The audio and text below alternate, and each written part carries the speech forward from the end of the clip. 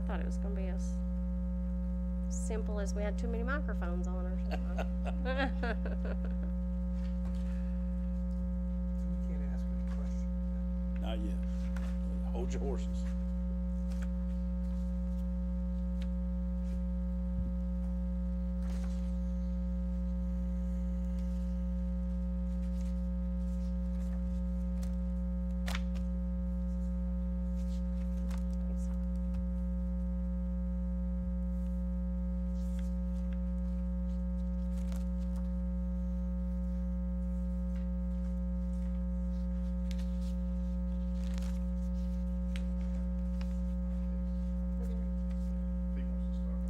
All right, Okay. yes.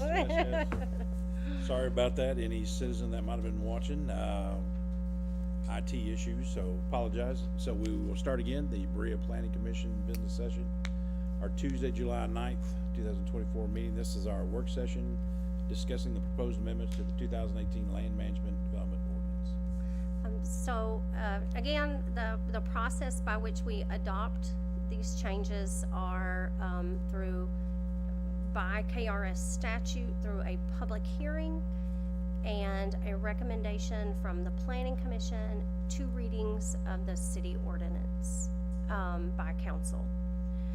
So 3 items that came up from our public hearing that needed to just have more attention were the first of those being food trucks. So generally speaking, we regulate food trucks because they somehow impact our brick and mortar buildings. And most cities are doing that through a very comprehensive ordinance. And so as I said before, I reached out to lots of people, corporate, local restaurant owners, citizens, to get some feedback. And what I found is that those restaurant owners tend to think that food trucks are not competition for them and are not hurting their business. In fact, lots of those restaurant owners also have food trucks. The duration of time and place is not a current regulation, a common regulation. So the old KAR statute for the state food code regulated them as 14 days in a 30-day period in one location. And again, we talked about how residents really use them for block parties, private parties, weddings, those kind of events. And our regulations as proposed had prohibited those in residential zones. So when I went back to administration with this, what we realized is that if the city were going to regulate them, a better method, a more comprehensive method, would be as a standalone city ordinance and not through the city's subdivision regulations. And what that would allow for is if the city chooses to develop a program by which the codes office would look at them for zoning, the finance would be able to enforce business license and taxes, which they already do. They're already required to do those things. And then just a better method by which police might be able to enforce the right-of-way provisions, but generally overall a standalone ordinance. So at this point, I would recommend that we would strike that in its entirety, and then that would be up for a discussion with your council members, not to pass the buck. But again, just that's how other cities regulate them. And I was telling John just before the meeting that in our research of this, I realized that's how other cities did it. But just in my thinking, I thought, it doesn't have to be that complicated. We can just write down some general rules here. Turns out it might need to be that complicated once I got, once I really got to looking at it. So, if anyone has any questions about food trucks or comments about food trucks, if you'd like to discuss that at this time. Go ahead, sir. Just to be clear, through the land management ordinance, we are not regulating, Berea is not regulating food trucks. it'll be up to city council to adopt a separate ordinance for regulating food trucks.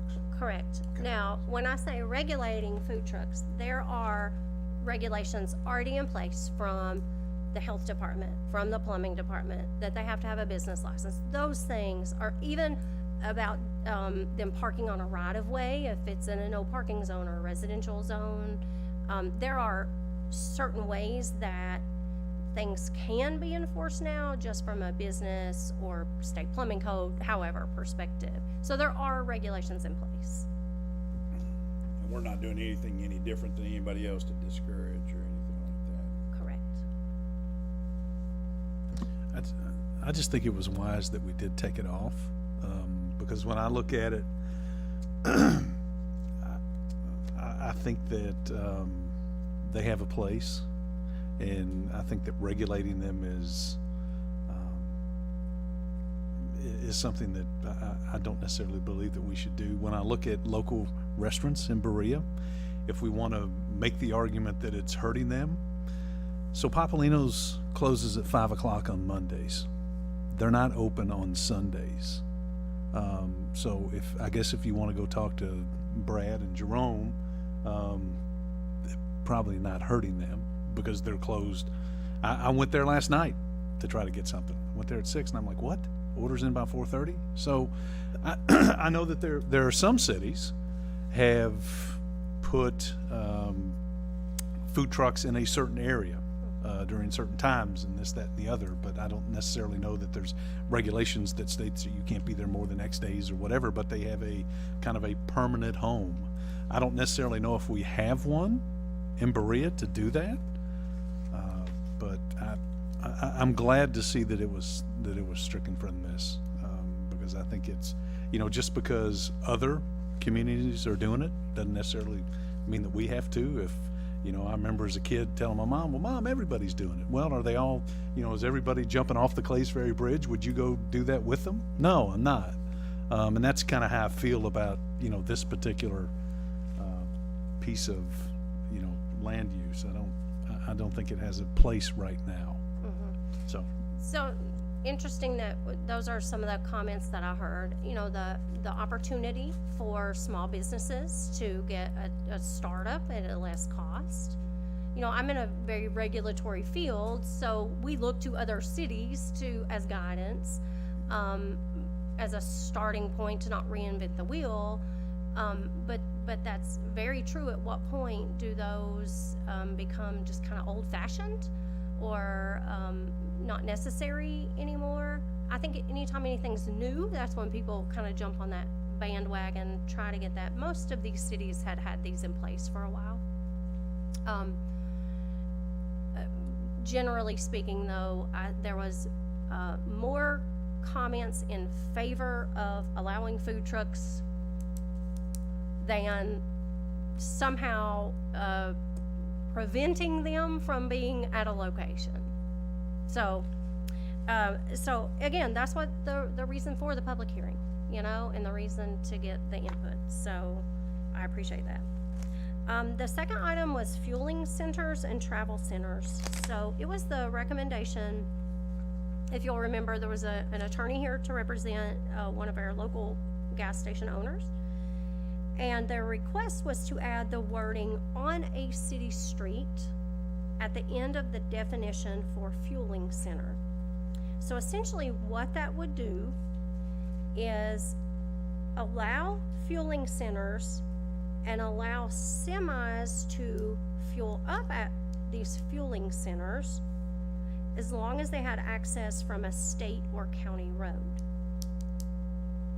So we know that there is a problem for where semis can fuel, and the attempt is certainly to provide some accommodations for those.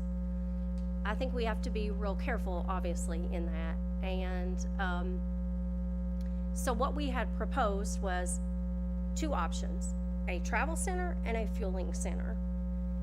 And then, to add on top of that, there was this prohibited use that's always been prohibited, or for many, many years, which was a truck service center. So now we have these three very distinct, defined, business types, business models. The fueling center will remain, the truck service center will remain prohibited. That's where you get into your overnight parking facilities. The travel center would be a minimum of 5 acres and allow for semi-fueling and passenger vehicles, any type of fueling, minimum of 5 acres. So basically you have to have the room for the infrastructure, but no overnight parking. We actually even called out shower facilities, and some other things to try to prevent, be very specific in what we are allowing with these travel centers. And then, your fueling center, which is any type of fuel, so that would include diesel, gasoline, hydrogen, kerosene, whatever type, electric vehicle charging stations, but they would not allow for semi-trucks over 3 axles or 36,000 pounds, which was in line with the city's ordinance for what we allow on city streets.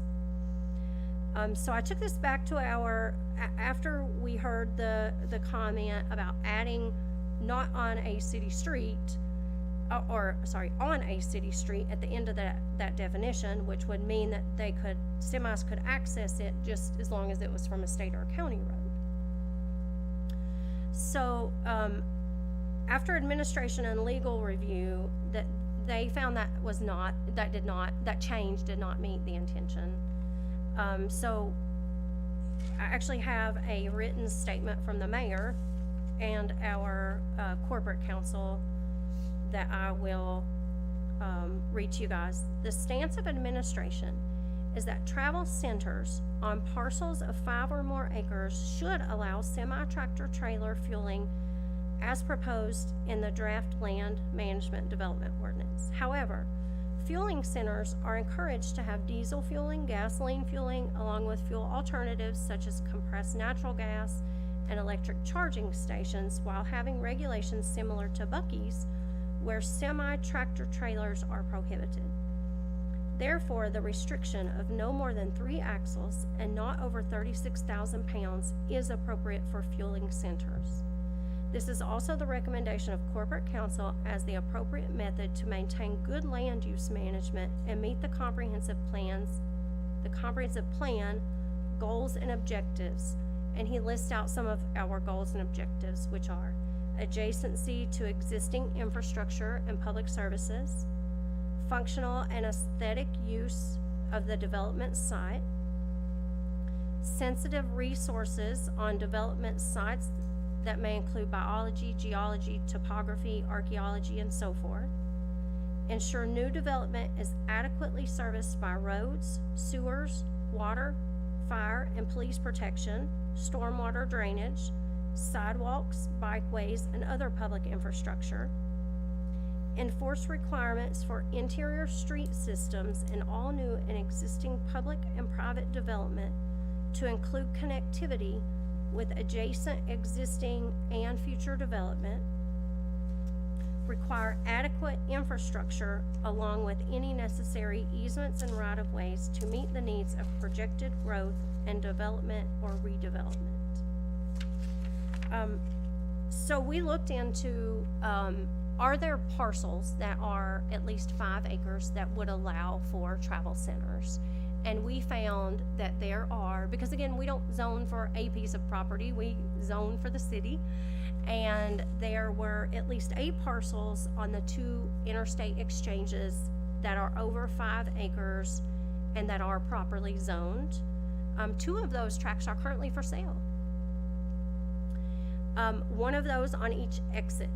So, that question of, is this even possible to have here, answers that question. And then I would also just like to mention that in a regional transportation meeting that I had just yesterday through the Bluegrass ad, there is an opportunity for a U.S. Department of Transportation Federal Highway Administration grant, and they are doing charging, it's a charging and refueling infrastructure grant. So the federal government is, has $1.3 billion that, they are, providing through this grant process for EV charging stations, for these alternate fuel types, for fueling stations. Again, for us, I think that limit would be, not for the larger, commercial semi-tractor trailer vehicles. And if you want, I have that information for that grant, and the application deadline is August 28th of this year. What about electric trucks, semi-trucks? They're coming. Does that Yeah, mean- they're coming. So I think the 3-axle thing is, oh, you mean in terms of? Oh, yeah, Like, of using one of these types of centers. yeah, I think the 3 axles would Okay. still be in effect there. The third thing that was brought up at the meeting was, the sidewalk installation if the roll curb option was taken. So, I have removed that section, removed that paragraph from 507, and at the request of the people that were at that hearing, I've left the option for roll curbs. That would be as approved by Planning Commission for PUD, R1, and R2 zones. And then I readdressed it in the construction guarantees section, which is the bonding requirements for subdivisions. So it was said at the hearing that, the particular developer that was here, Mr. Short, recommended 150% bonding requirement. What I found is that is not in line, with any other community. In fact, the max that I found was 125%. So I have changed that to increase our bond requirement to 125%. And then basically just stricken through the section that allows us to reduce the bond for only sidewalks. So essentially, what this will be is you must build your subdivision in 3 years. There may be circumstances that you can't build your subdivision in 3 years, so you've got 2 more years to come in, and at Planning Commission's approval, you could get up to a 2-year extension. But at that 5-year mark, your infrastructure must be installed, or the bond will be called. Bond or letter of credit will be called.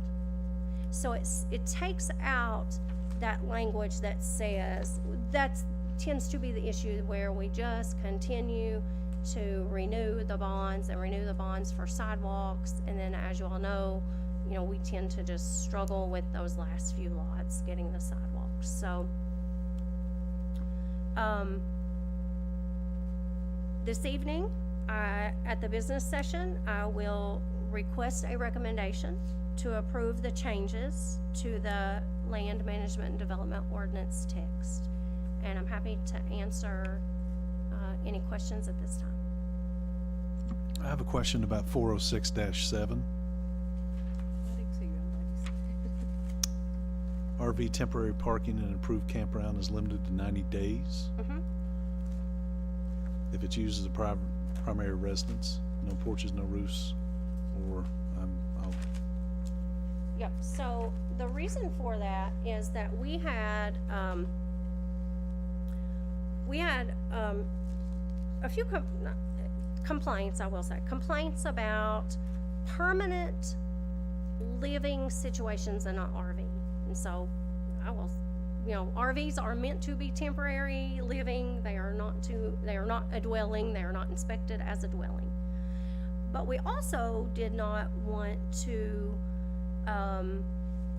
discourage people who, we know that there are people who got jobs at the Bluegrass Army Depot, and they needed to come here and move their RV here as a second home. So that's why the primary residence, if used as a primary residence, is in there, so that we can allow for, if you reside in Alabama and you are coming to Kentucky to work, to Berea to work, or Richmond to work, and you stay here 4 nights out of the week or 15 nights out of the month, but your primary residence is somewhere else, that camper, or that RV, can stay there for a longer period of time.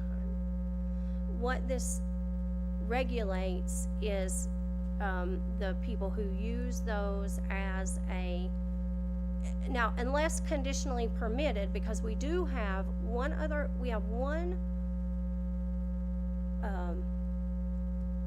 mobile home park that is Bowman's mobile home park, several years ago got a conditional use permit to allow RVs. That would be the exception to that. So it is the attempt to prohibit someone from living full-time permanently in an RV, in a campground. Is that the attempt? That's the attempt. So what does our comprehensive plan say about housing, and as it relates to affordable housing? For some people, that may be affordable housing. It seems to me that this would discourage our comp plan. Yeah, and I'm really kind of taking this from, again, the way HUD standards talk about RVs. Again, those are meant to be temporary living. They're not inspected as a permanent living structure. So in terms of, smoke detectors and those life safety things that we think about, if someone is living there and that's their dwelling unit, it just doesn't, it's inspected to a totally different standard.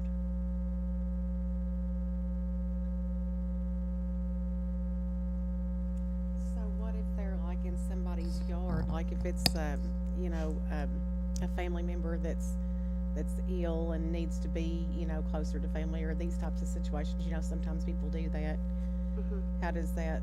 So that's been in our regulations for lots of years, that the only thing that we added, so that's 7 days. So Okay. RVs, if you go to the first sentence there in 406.7, recreational vehicles within city limits used for habitation over 7 days were always prohibited.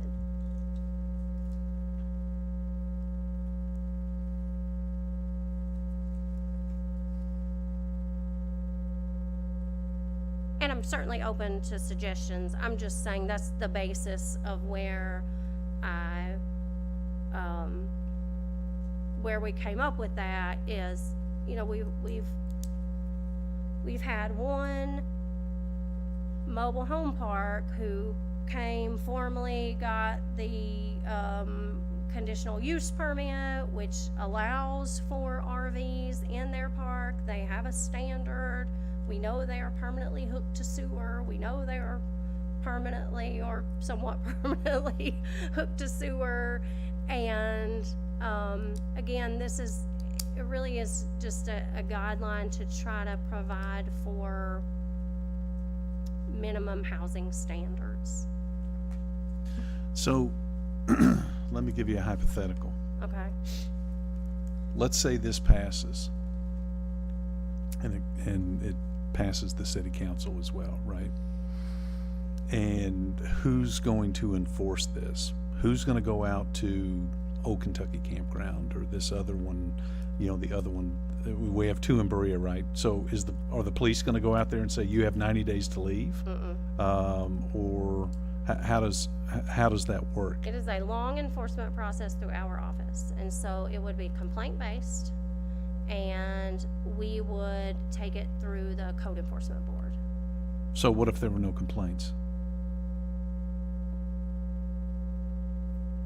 It's not something that we have again, we can't make the campgrounds register everybody that's there. Sure. So I don't see any other way to enforce it other than just complaint-based. Okay. And do we have a lot of complaints? We did. We did or we do? We don't currently, but Okay. we did.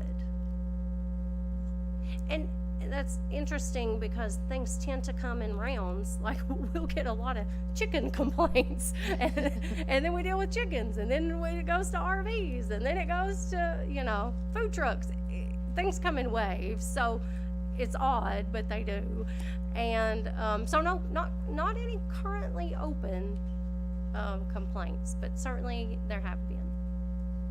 I still kind of struggle with this because I'm looking at, our comprehensive plan that discusses affordable housing.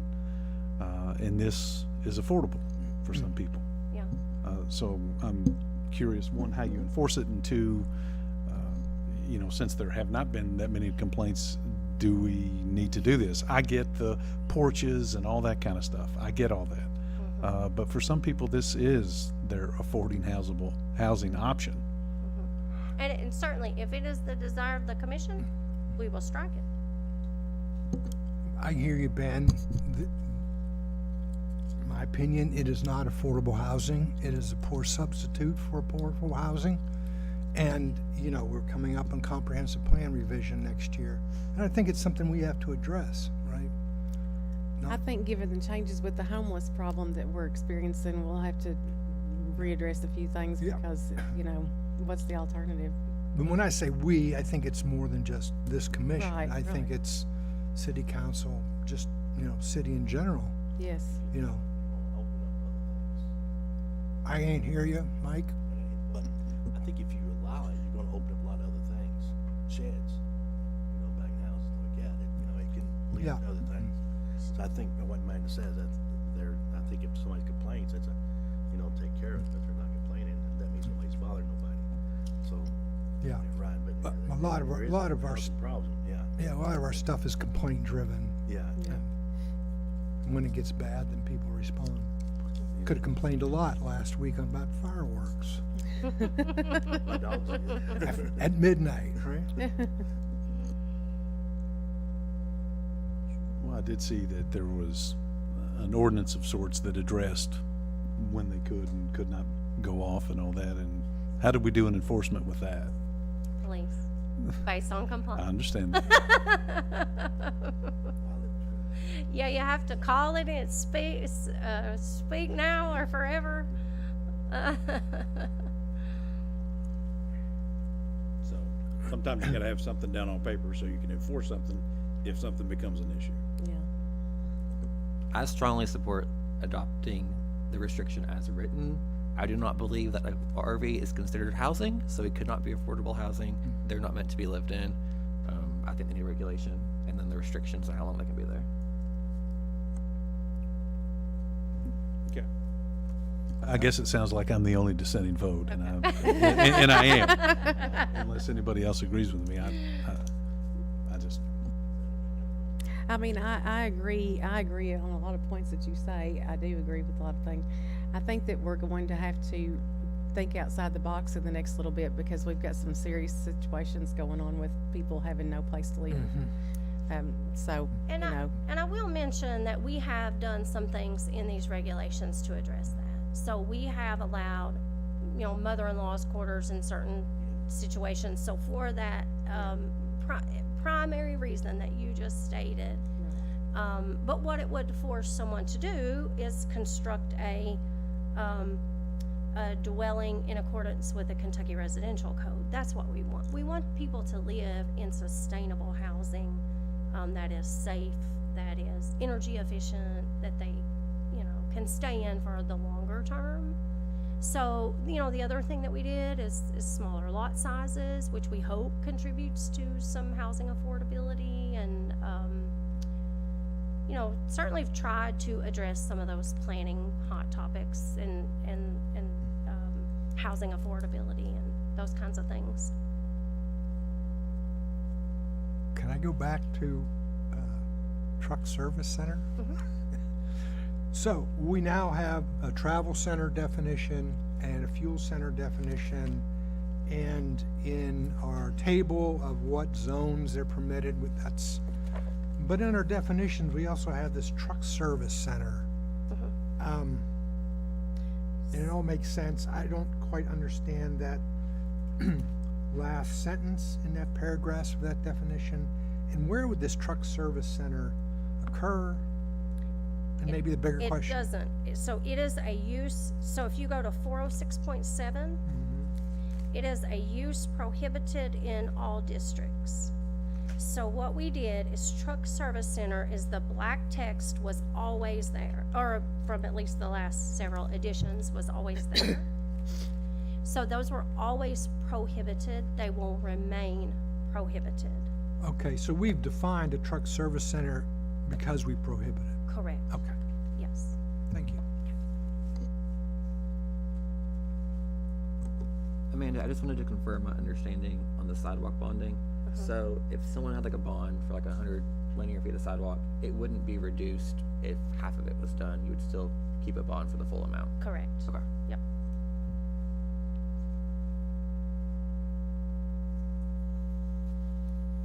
Okay. Thank you so much. All right. Is everybody okay with that?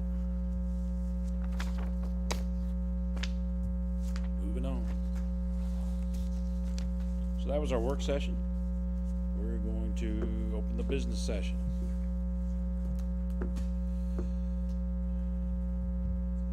Do we need to take comments on work session That or? would be at the discretion of the commission, and certainly the chairman. Again, our public hearing has already occurred, and,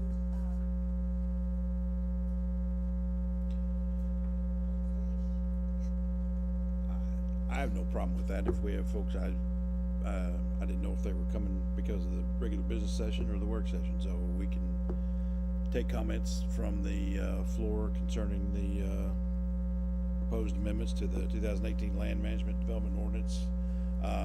Visitors who are here with us tonight, if you're here to make comments on that, we can let you do that. Please come to the podium and state your name. Sorry. I don't think so. I mean, I thought they were gonna be talking about it anyway later on. Gary King, and I just, you mentioned there's a potential 5 acres exit 77. Whereabouts? Oh, the fueling center, Yeah, the fueling. okay. yep, I will pull up a aerial map. Cool.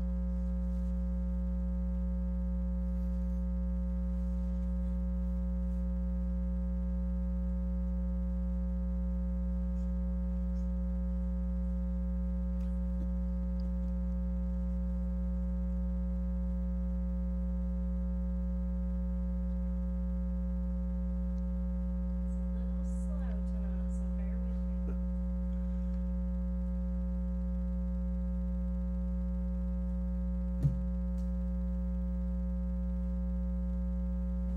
It's very slow tonight.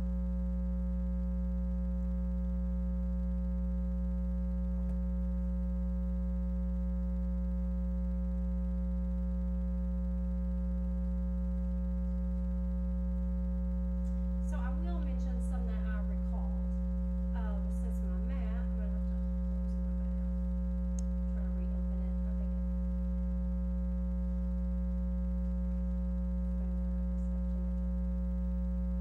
Some of the lots that we identified were along Mady Road on the Oh. corner of, Walnut, I guess that's Highway, I know it is Walnut Meadow Road, but the bypass, thank you. Let's make sure we got your microphone on a minute. So those lots that we identified were along, Walnut Meadow Road at the intersection of Mady Road. And then there is some land that, it's, several tracks that could be consolidated that are along Walnut Meadow Road on the side where the hotel is, or where the hotel used to be. There are some lots there that could be consolidated to make 5 acres there. Top of the hill or? Top of the hill is one. Even down on that kind of bottom right along the Walnut Meadow Road, but basically state highway access lots.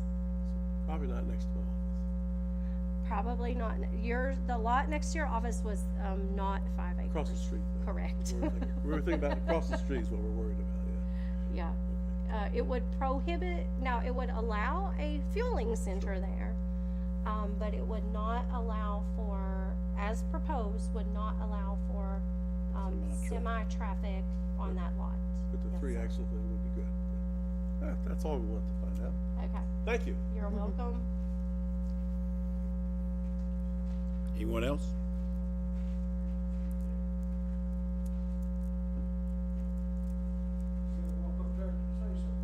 Yep, you need to come in and come up and introduce yourself and.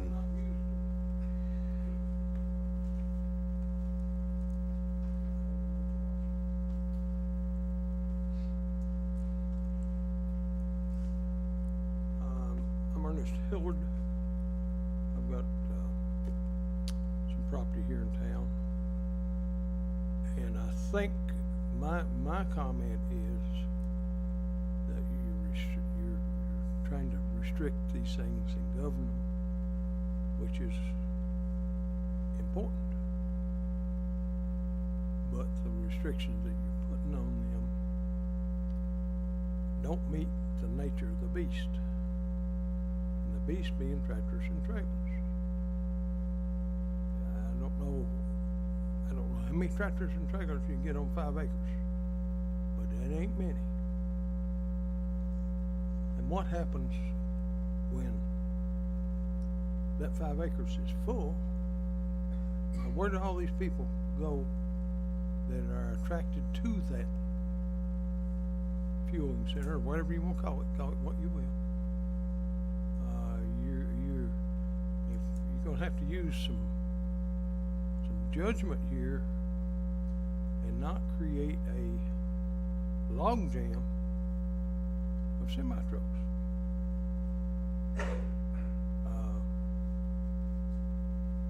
I built 3 or 4 buildings out in that area, and if you tried to put 3 or 4 tractor and trailers on them, you just jammed everything up. And even though you've got access to that 5 acre tract off of 595, that will limit access to it. And you're gonna create a logjam in terms of trucks there that won't fuel or won't test. You're gonna jam everything up where you cannot. I think you need to look at the size limitation that you're putting on this.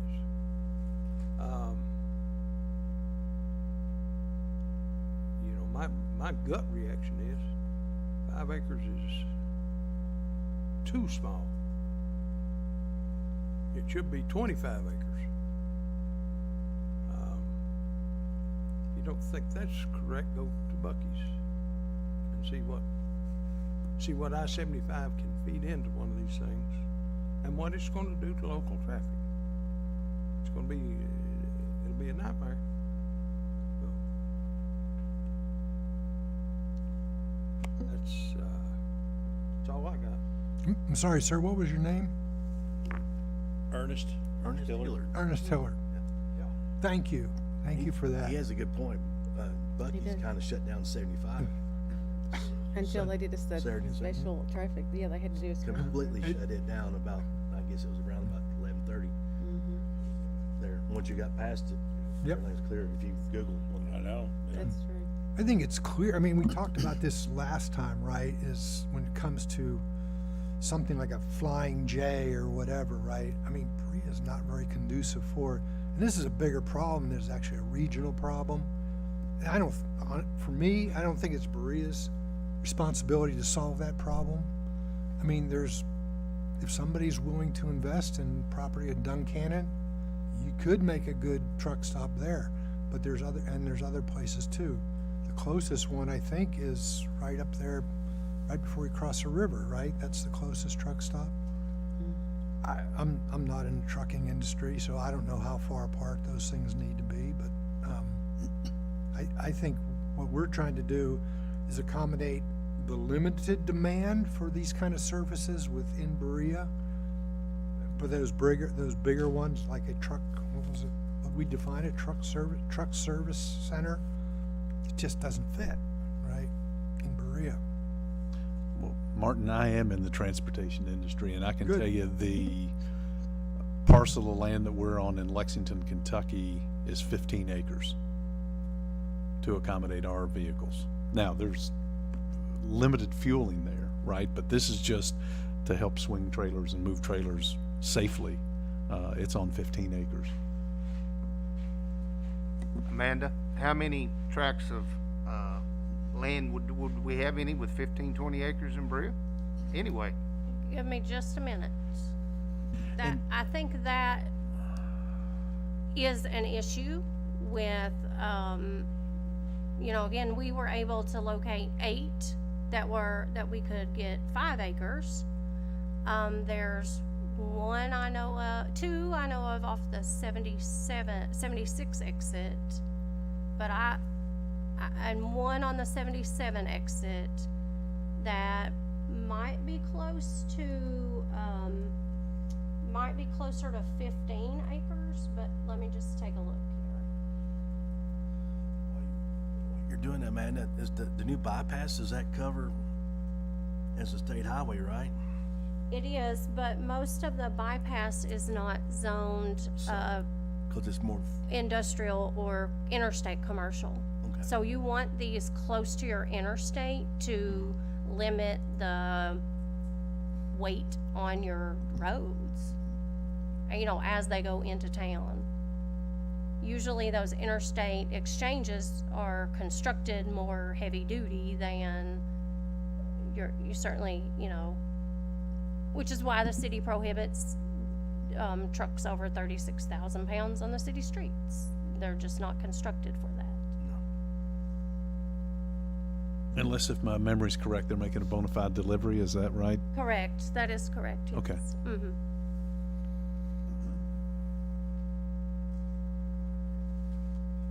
So there might be, one tract here that's over 10, certainly over 10 acres. And then, there's a tract here at the corner of Mady, couple corners here on Mady and Walnut Meadow Road that are over 10 acres. And then, like I say, at least 2 that I know of on the exit 76.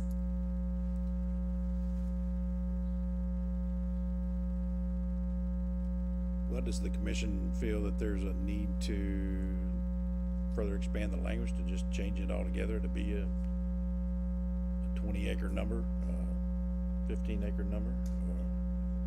I mean, you know, you're just asking for trouble if somebody's like, well, we met the 5 acres, and, you know, let's just go ahead and say it's a 20-acre number.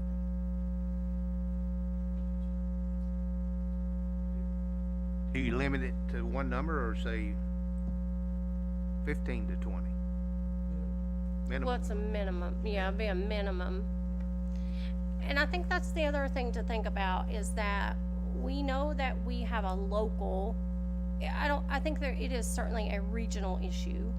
It is a statewide issue that I think there are not enough overnight parking facilities, that there are not enough fueling centers, there's just not enough for the amount of industry and trucks that we have here. Obviously, we wouldn't be seeing them sitting on the exits each morning. But I think the attempt was to deal with a very localized issue where we really just want to be able to provide them fuel because they're coming here. But the attempt is really, again, back to the definition of truck service centers. We don't, well, I can tell you the administration, legal counsel does not want to allow for overnight parking and what we all would generally call a truck stop. Yeah. So I think that we can adjust that limit, that minimum number. But again, I think we gotta keep in mind what we're really attempting to do, and do we want to allow our local trucks to be able to get in, fuel, get out? And there's a place for that to happen already. Where? Oh, the current, yes, there is a current place for them to do that now. I thought you meant All right, that's okay. to Yeah. be built. Yeah. Yes, there is, Gotcha. Oh, okay. Yeah. yeah.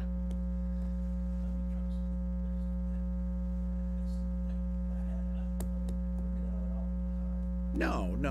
And I'm not saying that at all, but I'm just saying it's, we already have a place.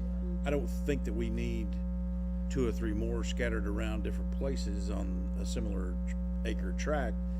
I think that's a poor, yeah, that's why I'm just saying, we've got a place where some of these things are already happening. I don't think we need, if you meet a 5 acre minimum, I don't think we need another one, a mile and a half away, in the same city limit, where these things are happening. That's my opinion, obviously. So then I think it's a matter of, is 15 acres the minimum? I think you do Or 15 as a min and 20 as a max. Max, do you wanna put a max? Well, no, or at least a 15, 15 15 min? minimum, yeah. Okay. And that's the travel center. 15 Travel acre minimum. center would be a minimum, change it from 5 acre minimum to 15 acre minimum.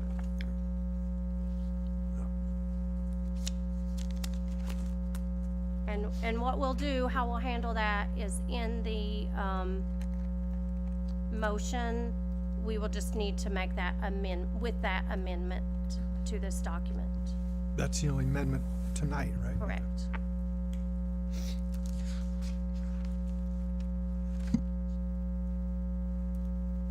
Write that down. Okay. Other comments,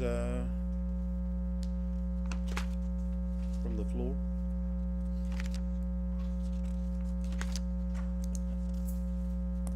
All right, hearing none.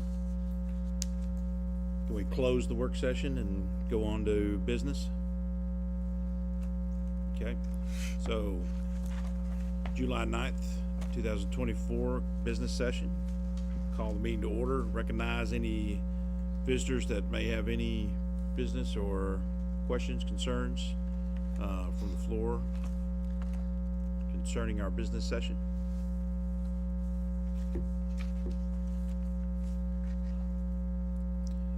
All right, folks, let's address the minutes for June 25th, 2024. And we will accept a motion. I make a motion to accept the minutes as presented. Motion by Mr. Richards, second by Ms. Olinger. All in favor say aye. Aye. Anyone opposed? Motion carries. Minutes approved.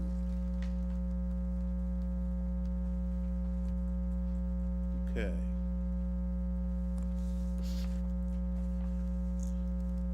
Old business, City of Berea, proposed amendments, 2018 Land Management Development Ordinance. Ms. Haney? Yes.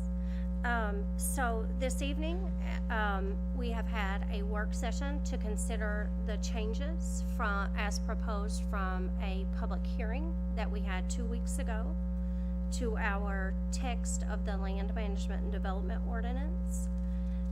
From a staff perspective, I think that we have created a very comprehensive, up-to-date document. I think that it includes changes for housing, development. It deals with local planning, hot topics such as those mother-in-law quarters and smaller lot sizes and housing affordability. We have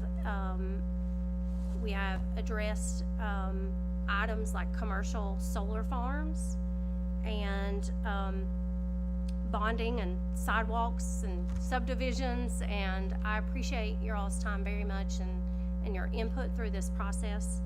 At this time, I would like to request a recommendation to approve the changes to the Land Management and Development Ordinance text with an amendment for travel centers to have a 15-acre minimum instead of a 5-acre minimum.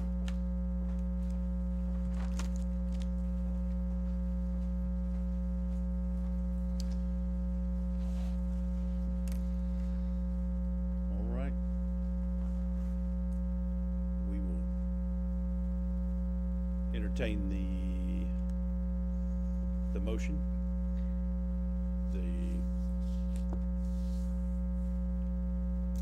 anyone wants to make a motion going forward.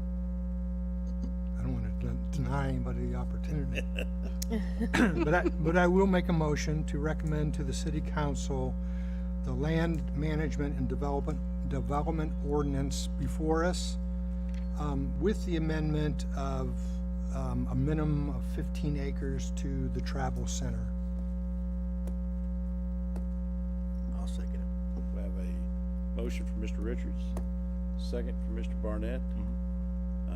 Commissioners, is everybody okay? We're just, all in favor say aye. Aye. Aye. Anyone opposed? All right, motion carries. That was a lot of work. Thank you all for being involved, and thank the citizens of Berea for being involved with that and help us get through all that.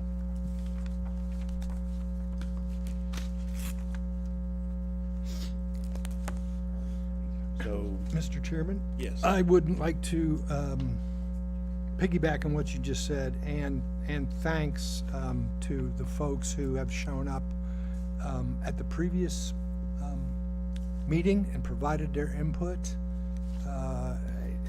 You know, these kind of ordinances are only as good as the good people of Berea provide input to them. And it's, at least I don't see it our job to dictate this stuff. And we do a much better job when we get that input, so I think, and we can see from the changes from last time to this time is evidence of that. And I appreciate everyone who's spoken tonight, and for those who haven't, I don't know why you didn't, but, anyway, that's my appreciation. Got a quick question since Bruce, Mr. Mayor's here. Affordable housing, you know, that we've got those, is it Section 8 housing and stuff like that we have in town? How many units do we have that, do you know of? I had, you know, Sir, yes, please Yeah, I- approach. that was something I'm just thinking about, because she had brought that up, and I was just thinking about that, and I saw you, and I just had to And aggravate. if you don't know that number off Well, the top of your there- head, I will defend you that you did Yeah. not need to know that. Greg tonight. was looking at me like he knew I wouldn't know the answer. But the answer, Michael, is gonna be not enough. Okay. I wanna make a distinction there. The federal housing that's on Morgan Street and Rogers Street, that is actually Section 9 housing. It's a little bit different. Section 8, there are complexes that are Section 8 complexes. What I can get for you is, Melinda Carter is the executive director of the Housing Authority. Most of you know Melinda. She'll have those units. I could probably call her right now and get them, but I'll make sure and get those and ask Amanda to send those out. The bottom line is there really aren't enough. That housing, the Morgan Street complex, I think was built in 1968 when we were about 6 years old, Michael. I'm telling our age. And Berea was about 6,000 people. We're about 16 now, so theoretically we need 3 times more than what we have, but they're just not building those new federal housing projects now. I think affordable housing is something that Amanda has tried to address in the land management development ordinance, something that's an issue broader. I know it's an issue within the Bluegrass Area Development District, our head district, also Kentucky League of Cities, and nobody has a good answer. But the good thing is everybody's talking about it, and what do we do? And I think that the recommendation that you all made tonight in the hopefully the passage of the new land management development ordinance by council in the future will set us on course where we can really focus more on making sure that we can have affordable housing in Berea with new construction. But I will get that for you, Mike. I know Belinda will have it. But there are a number of units on Morgan Street and a number on Rogers Street off of Lewis. So 2 different ones, but I'll get that for you. Wish I had the answer, but I don't. What's the one on Glades Road? The one on Glades Road is, Glades Village is privately owned, so that's not federal housing, it's privately owned, where Section 8, it focuses on people that are eligible for Section 8 housing. And I'll be honest with you, I don't know a whole lot about Section 8 housing. I do know a little bit about the Section 9 because it's the federal housing that we see. That's what I was gonna add, just a little bit about the Section 8 housing. The Section 8 housing is actually each individual, has to go and apply for Section 8 and has to qualify. And, if they have any kind of, criminal background, they do not qualify, so, that knocks a lot of people out. But it's each individual, owner of that property decides whether or not they, want to accept Section 8, and it's totally different than having federal housing programs is, I think, what we're looking at more, or what I think would be a good thing for Berea, because we've grown in numbers, so we need to grow in that type of, in And there's Section been 9. discussion about how we could potentially do that. The Housing Authority actually does own some property on Morgan Street that's behind that, where there's potential there. But I know that there are also floodplain issues, which are other things that we would have to check with Amanda and her staff on. One more thing I'll say while I have the floor, Mr. Chairman, with your permission, is it's nice to see a full house with the full attendance from our planning commission, and I'm grateful for the work that you all do. The work that you do is critically important for the growth of Berea, both residentially and from an economic development standpoint. So I'm grateful for the work that all you do and for taking your time to be here and be a positive contribution to the future of Berea. So thank you. Absolutely. Thank you, sir. And just a reminder, if I'm not mistaken, the comprehensive plan review in 2025. It is, so, just to give you all a little, forward look as to what's to come. Everybody contain your enthusiasm. Make your plans to attend. So we've talked, for lots of years about doing a housing study, and Kentucky Housing Corporation is actually doing through, Bowen National Research, a 3-phase housing, a very comprehensive housing study that they are releasing the numbers to local jurisdictions to use. So we have phase 1 of that. I have the results of that. Actually, Martin and I and Stephanie, who tend to be, a little more, not to call them out specifically, but those are the people I talk to about housing. And because they are part of those regional Bluegrass Ag, district meetings where that, again, is just a very hot topic right now. So I think what we're proposing is to try to get some speakers in here. I'd like to reach out to Kentucky Housing Corporation, see if they will come and speak to us and just talk about the housing study, what kind of information will we get from that housing study.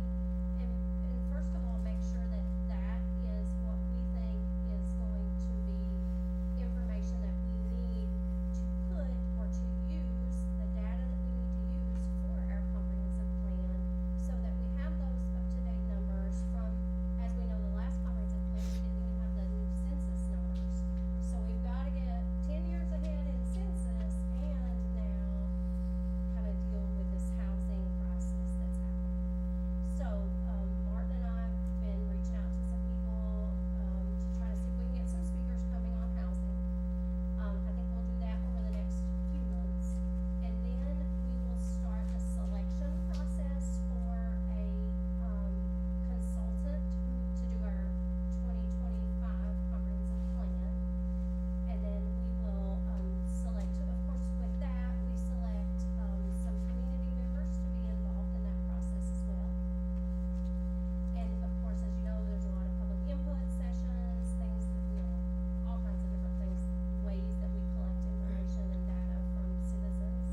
So that will be a several-month project that we'll do in 2025 with the intent to adopt that comprehensive plan by the end of the year. I wanted to go back to the Section 8 thing just for a second and follow up on Stephanie. One thing that HUD tried to do, instead of having like Section 8 housing projects, is they kind of got away from that because your low-income people were all, you know, in one particular area. So then they went to Section 8 vouchers where they could go on the private market and use those Section 8 vouchers just in regular rental properties. Okay. Mr. Chairman, I don't necessarily want us to go down the whole rabbit hole on this, but I do think, and again, thank you, Amanda, and I have, since I retired in December, I have had free time, and I have, you know, this has been a thing I've been researching for it, and, you know, I would suggest that we have at least one public work session and bring in these guest speakers just to lay out the landscape on what is the housing situation in Berea, you know, the demand for it, and a lot of little things like Section 8 versus Section 9, right?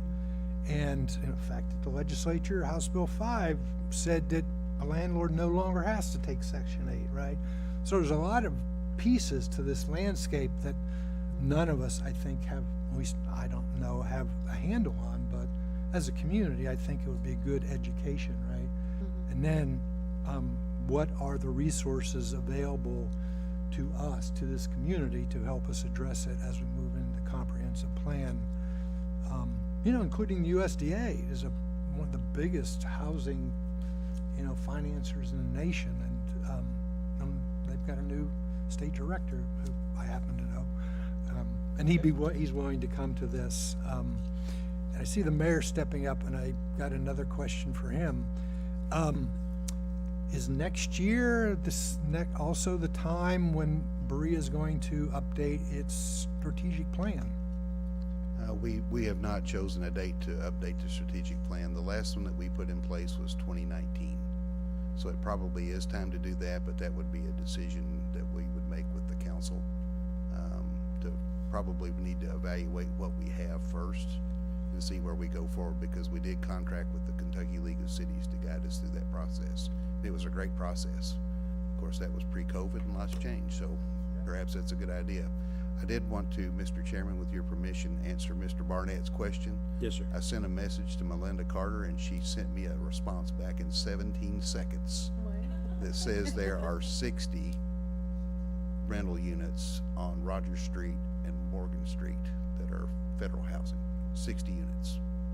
They're different sizes. The ones on, I will mention that the ones on Rogers Street are mostly one bedroom and mostly senior citizens, while you see a mix and probably more families on Morgan Street because they're 1, 2, and 3 bedroom. Might be a 4 bedroom or 2, but I know that we at least go up to 3 bedrooms. So that's an answer to the question, and thanks to our executive director, Melinda, for being Johnny on the spot and answering me after hours. All right. Thanks to Melinda. Appreciate that. Martin, on the builders, developers, stuff like that, are there any types of special benefits, like when they don't write grants, stuff like that, to do that? The short answer is yes. I don't know them all, right? It's how to get them and It's, find them. yeah, it's how to get these resources here, right? And one of some of the questions that I'm personally trying to find answers to, right? And, you know, what can this community, what can local government do, you know, to support these kind of efforts, right? Because I think it really is a public-private partnership that has to make it happen. At least that's, I think, the way we've approached it, right? Because, unless Mayor, correct me if I'm wrong, the city of Berea is not in the development business, and we have not done that, created public housing. Other communities have. I mean, you know, that is a big decision. But that aside, there are a whole bunch of techniques and things that we could do as a community. There's Habitat and things like that too. Habitat for Humanity is a good thing, you know, there's lots of resources there. Yeah. So, sounds like a great idea. I think that kind of work session would be beneficial to us all and be a great idea. Any other comments from commissioners? Anyone interested in adjourning? I make a motion to adjourn. I think it's a second. I think it's approved. Everybody, thank you all tonight.